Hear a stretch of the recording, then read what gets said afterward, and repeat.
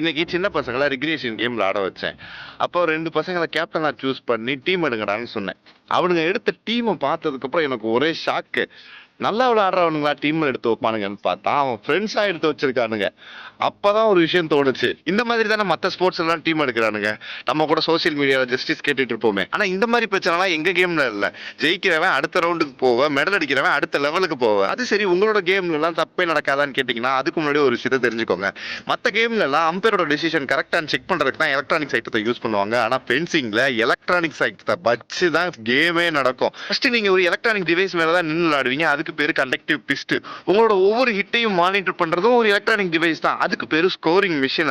அது மட்டும் இல்ல, நீங்க வச்சு விளையாடுற ஸ்வாட்லயும் எலக்ட்ரானிக்ஸ் பட்டன் இருக்கும், சாக்கெட்ஸ் இருக்கும்.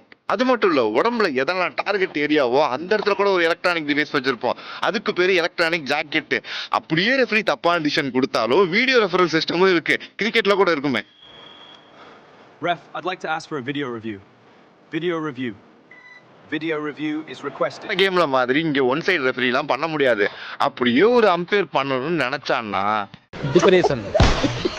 ஃபென்சிங் கேம் பத்தி நிறைய தெரிஞ்சுக்கிறதுக்கு நம்ம சேனலை சப்ஸ்கிரைப் பண்ணி வச்சுக்கோங்க. நம்ம ஐடியை ஃபாலோ பண்ணி வச்சுக்கோங்க. கிரிக்கெட் மட்டுமே ஸ்போர்ட்ஸ்ல நண்பா, இன்னும் நிறைய கேம் இருக்கு. மற்ற ஸ்போர்ட்ஸையும் சப்போர்ட் பண்ணுங்க.